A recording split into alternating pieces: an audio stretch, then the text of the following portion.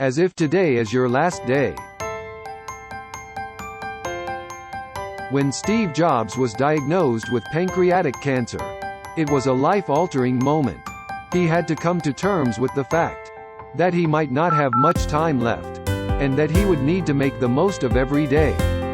In his 2005 Stanford University commencement address, he shared his thoughts and feelings during this difficult time, and how it changed his perspective on life. He said, "About a year ago, I was diagnosed with cancer. I had a scan at 7:30 in the morning, and it clearly showed a tumor on my pancreas. I didn't even know what a pancreas was. The doctors told me this was almost certainly a type of cancer that is incurable, and that I should expect to live no longer than 3 to 6 months. My doctor advised me to go home and get my affairs in order, which is doctor's code for prepare to die.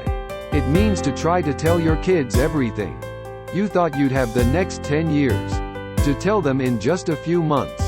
It means to make sure everything is buttoned up, so that it will be as easy as possible for your family. That's the best way to go." But Steve Jobs was not one to give up. Without a fight, he sought out alternative treatments, and refused to accept the original prognosis. He ultimately was able to beat the disease, but the experience changed him forever. He realized that life is short, and that we should never take a single day for granted. He said, "I lived with that diagnosis all day.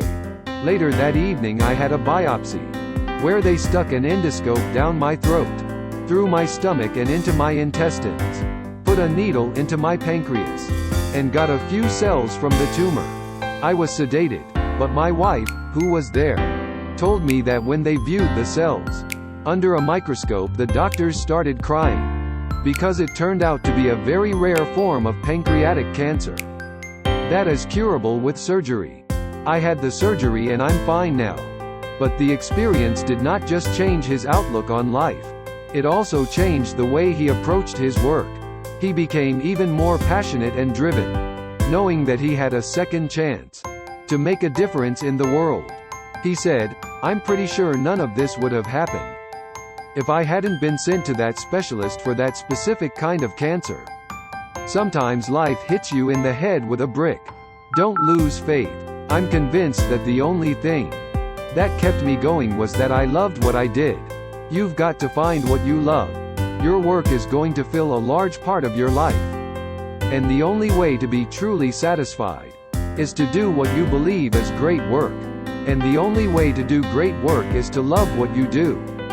This story is a powerful reminder that no matter what obstacles we may face in life, we always have the ability to choose our response.